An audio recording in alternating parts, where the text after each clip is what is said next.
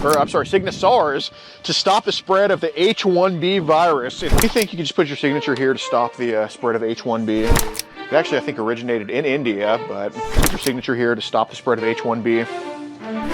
Fat, fupa, stinky, like disgusting, cow dung ridden, dot head Indian. You're right, they don't value the human life and they gang rape women. That's who these people are. Hello friends, గత నవంబర్లో అమెరికాలో జరిగిన అధ్యక్ష ఎన్నికల్లో భారతీయులు చాలా పెద్ద ఎత్తున ట్రంప్కి సపోర్ట్ చేశారు. ఇండియన్ అమెరికన్స్ ట్రంప్కి భారీగా ఓట్లు కూడా వేశారు.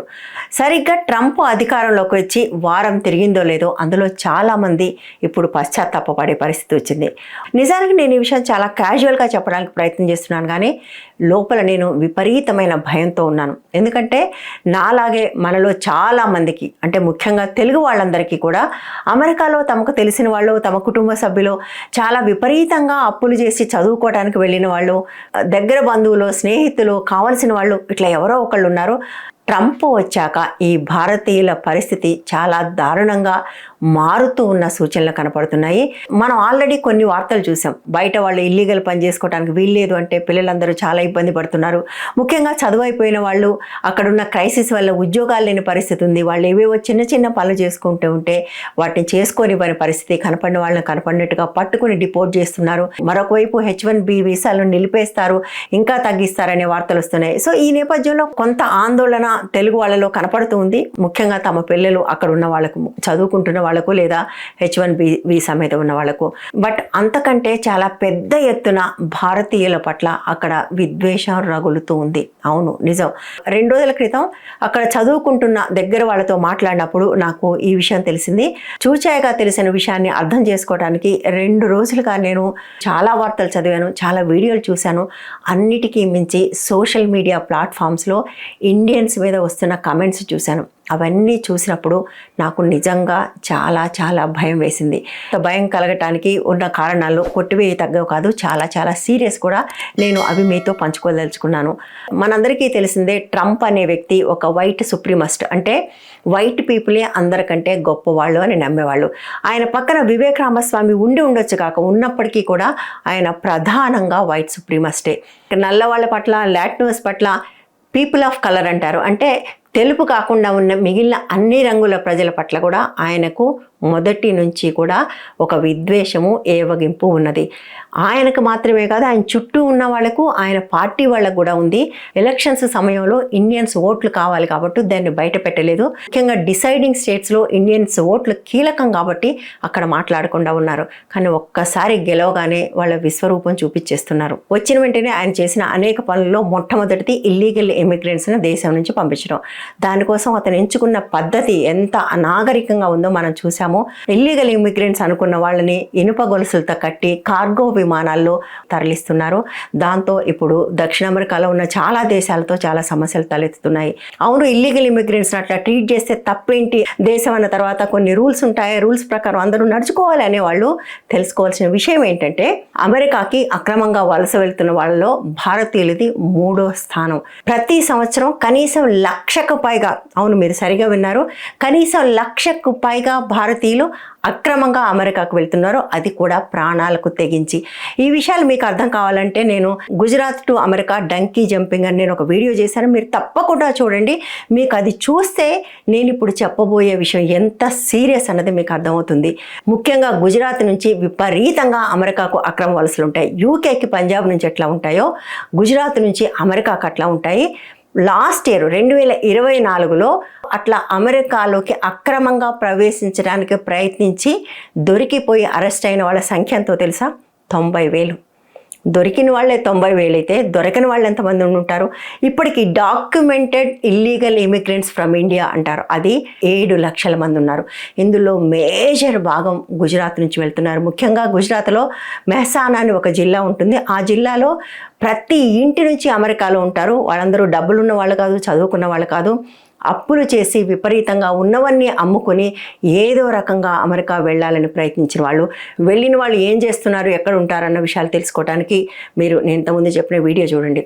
కోర్స్ తెలుగు వాళ్ళ నుంచి కూడా ఉంటారు, కానీ చాలా తక్కువ. తెలుగు వాళ్ళు మాత్రమే కాదు, మొత్తం సౌత్ ఇండియన్స్ ఎక్కువగా టెకీలుగాను లేదా డాక్టర్స్ కానీ వెళ్తారు.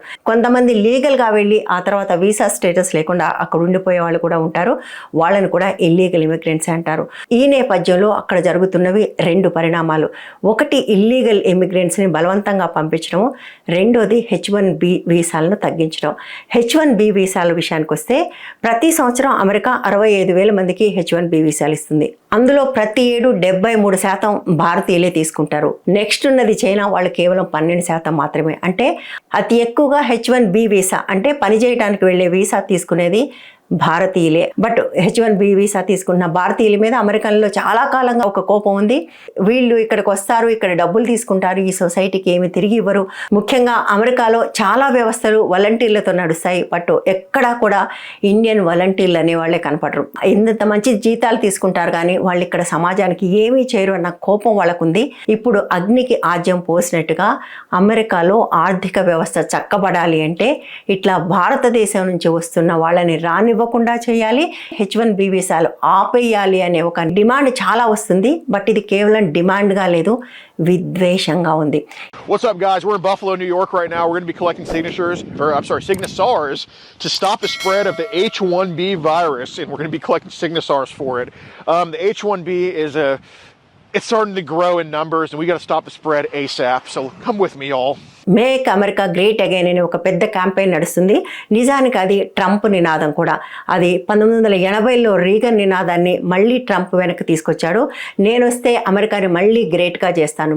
దానికి ఒక ఆర్మీ ఉంది. అంటే వాళ్ళందరూ రిపబ్లికన్ పార్టీకి చెందిన వాళ్ళు లేదా Trump అన్నయాయులు.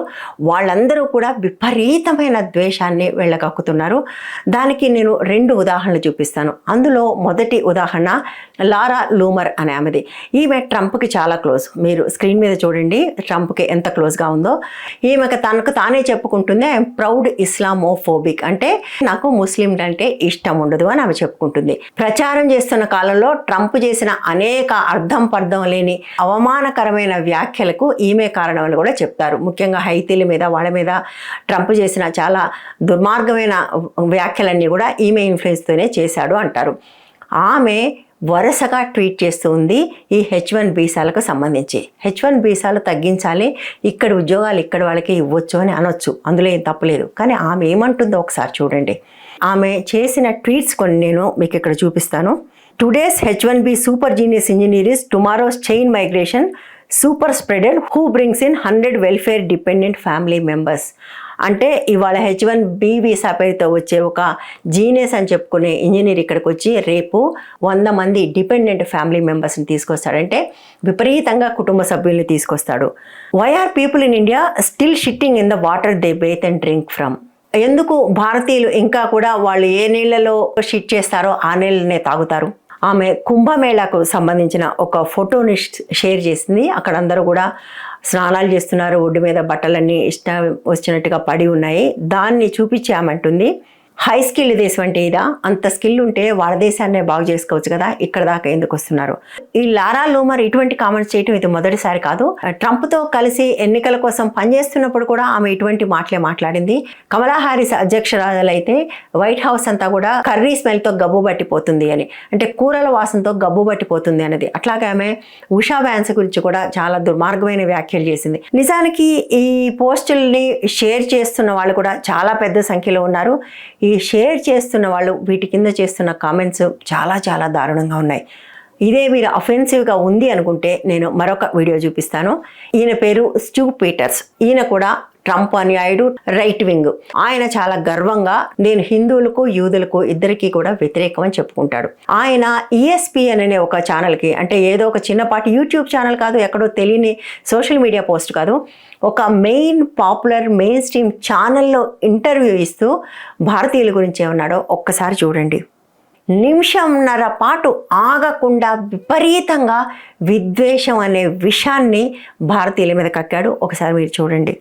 India, I mean, they steal everything from everyone, all of the most vulnerable, including their wives. I mean, I have a friend of mine who Indian doctor. There's all kinds of these Indian doctors, right? Because it's really cheap to go to like doctor school in India, apparently.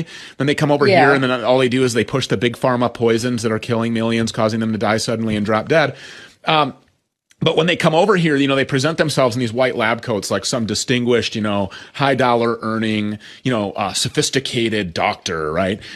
And then they run around like cockroaches and parasites wiping cow dung on their face and then like వాళ్ళిక్కడ బొద్దింకల్లాగా parasites లాగా తిరుగుతుంటారు, cow dung మొహానికి పూసుకుంటారు. Fat, fupa, stinky, like disgusting cow dung ridden dot-head Indian that will never assimilate into your culture ever. They brush their teeth with this stuff. They eat soup that's this stuff. They're disgusting, parasitic.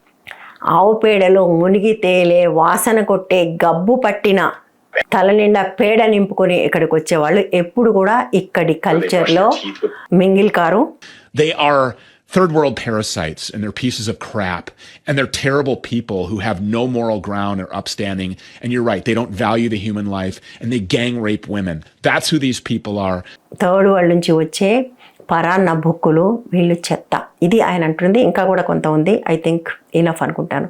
ఎవరో ఒకళ్ళు మాట్లాడారని తీసేయటానికి లేదు. అతను మాట్లాడుతుంటే ఆ పక్కనున్న ఆమె కూడా ఎట్లా అగ్రి అవుతూ తలూపుతుందో కూడా మనం చూసాం. అక్కడ చాలామంది పాపులర్ అభిప్రాయం ఇది. అది ఎంత పాపులర్ అభిప్రాయం అంటే ఆ మ్యాగా ఆర్మీ వాళ్ళు పెడుతున్న పోస్టులు, వీటి కింద వచ్చి పెడుతున్న కమెంట్స్ చూస్తే మనకు అర్థమవుతుంది. ఆవు పేడ అనే వాటిని వాళ్ళు చాలా డెరగేటరీగా ఇండియన్స్ అందరికీ కూడా వర్తింపజేస్తున్నారు.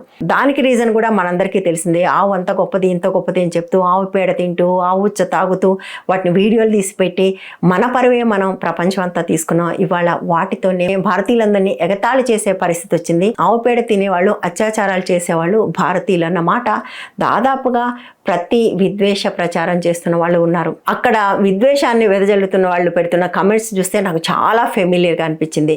సరిగ్గా ఇక్కడ కూడా ఈ విద్వేషపూరితమైన రాజకీయాలు చేసేవాళ్ళు ఎలాంటి అసహ్యకరమైన అసభ్యకరమైన కమెంట్స్ పెడతారో సరిగ్గా అక్కడ కూడా అలాంటి అసభ్యకరమైన కమెంట్సే పెడుతున్నారు. ఇప్పుడు అక్కడ చాలామంది భయపడుతున్నది ఏంటంటే గత వారం రోజుల్లోనే విపరీతంగా పెరిగిపోయిన ఈ ఆన్లైన్ హేట్రెడ్ ఆఫ్లైన్ మారటానికి ఎక్కువ కాలం పట్టకపోవచ్చు అని. ఎందుకంటే ఎక్కడైనా హేట్రెడ్ అనేది ఇట్లా విస్తరిస్తున్నప్పుడు దాన్ని నమ్మే వాళ్ళ సంఖ్య విపరీతంగా పెరుగుతుంది. గన్ కల్చర్ ఉన్న అమెరికాలో అది పెరిగినప్పుడు వాళ్ళు ఎవరైనా సరే ఒక గన్ తీసుకుని కనపడిన వాళ్ళని కాల్చొచ్చు. మనం 9/11 తర్వాత చూసాం. వాళ్ళలో చాలామందికి ఇండియన్స్కి బయట వాళ్ళకి తేడా తెలియదు. ఆల్ బ్రౌన్ స్కిన్ ఒకటే అనుకుంటారు. ఇప్పుడు కూడా వాళ్ళు బ్రౌన్ స్కిన్ చూస్తేనే వాళ్ళకు చాలా మంట కలిగే అవకాశం ఉంటుంది. మీకు చాలామంది చెప్పరు, కానీ నాకు తెలుసు బార్స్లో అక్కడ ఇండియన్స్ని చూసి వెటకరించే వాళ్ళు, ఇన్సల్ట్ చేసేవాళ్ళు అమెరికా అంతటా కూడా కనపడుతుంటారు. బట్ మన వాళ్ళందరూ కూడా ఏదో వీడి పిచ్చోడని తుడిచేసుకొని పోతున్నారు. కానీ ఇప్పుడు పరిస్థితి అది కాదు. ఇటువంటి వాళ్ళ సంఖ్య విపరీతంగా పెరుగుతుంది. వాళ్లకు మద్దతు కూడా విపరీతంగా దొరుకుతుంది. ఎందుకంటే మేక్ అమెరికా గ్రేట్ అగైన్ అనే ట్రంప్ నినాదం ఏదైతే ఉందో దాన్ని సపోర్ట్ చేస్తున్న వాళ్ళందరూ, అంటే ట్రంప్ని సపోర్ట్ చేస్తున్న వాళ్ళలో మెజారిటీ ప్రజలు ఇటువంటి స్టాండ్ తీసుకుంటున్నారు. అఫ్ కోర్స్ ఇలాన్ మస్క్ లాంటి వాళ్ళు దీన్ని ఖండించే ప్రయత్నం చేస్తున్నారు. నిజానికి నేను ముందు చూపించిన లూమర్ ఇలాన్ మస్క్ని వ్యతిరేకిస్తూ మాట్లాడింది అవన్నీ ఆమె బ్లూటిక్ కూడా తీసేశాడు. మనం చూసాం కదా ఇండియాలో కూడా అటువంటి విద్వేషపూరితమైన కామెంట్స్ చేసిన వాళ్ళని అప్పటికప్పుడు తీసి పక్కన పెడతారు, కానీ 6 నెలలు తిరగకుండానే వాళ్ళని మళ్ళీ వెనక్కి తీసుకుంటారు. ఇక్కడ కూడా మనం అది చూసాం, తెలుగు స్టేట్స్లోనూ చూసాం, నేషనల్గా కూడా చూసాం. ట్రంప్ ఇప్పటికీ కూడా వీళ్ళిద్దరు చెప్పిన మాటలను ఖండించలేదు. వీళ్ళిద్దరు చెప్పిన మాటలు అక్కడ విపరీతంగా వైరల్ అవుతున్నాయి. వాళ్ళకి విపరీతంగా సపోర్ట్ కూడా పెరుగుతుంది. సో ఈ నేపథ్యంలో ఇండియన్స్కి సంబంధించి ఇండియన్స్ భద్రత గురించి అందరికీ భయం ఉండటం సహజం.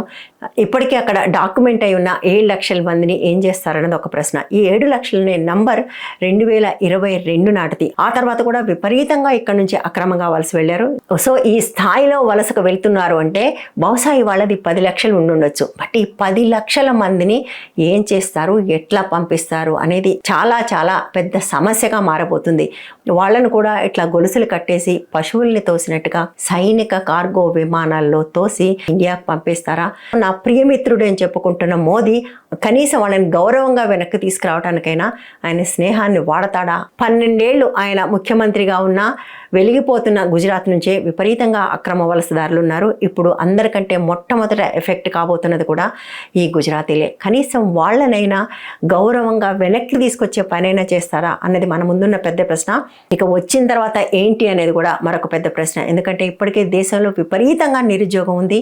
అన్ని అమ్ముకుని అప్పులు చేసి వెళ్ళిన వాళ్ళు వెనక్కి వస్తే వాళ్ళు ఏం చేస్తారు? ఇలాంటి ప్రశ్నలు ఇంకా మన ముందు చాలా ఉన్నాయి. బట్ వీటన్నిటికంటే కూడా నేను భయపడుతున్నది మన వాళ్ళ సేఫ్టీ ఏంటి అని. దేశీయులకు భద్రత ఉందా లేదా? ముఖ్యంగా మన పిల్లలు, మన బంధువులు, మన స్నేహితులు అనేక మంది అమెరికాలో ఉన్నారు కాబట్టి నిజంగా నాకైతే భయంగా ఉంది. ఇది ఫిజికల్ అగ్రివేషన్కి మారొద్దు అని నేను కోరుకుంటున్నాను. బట్ అట్లా మారకుండా ఉండటానికి మన మోదీ గారు ఏం చేస్తారో మనకు తెలియదు, వాళ్ళు ఏం చేస్తారో కూడా మనకు తెలియని ఒక పరిస్థితిలో మనం ఉన్నాం. ఈ వీడియో మీకు నచ్చితే లైక్ చేయండి, షేర్ చేయండి, ఛానల్ సపోర్ట్ చేయండి. Thank you.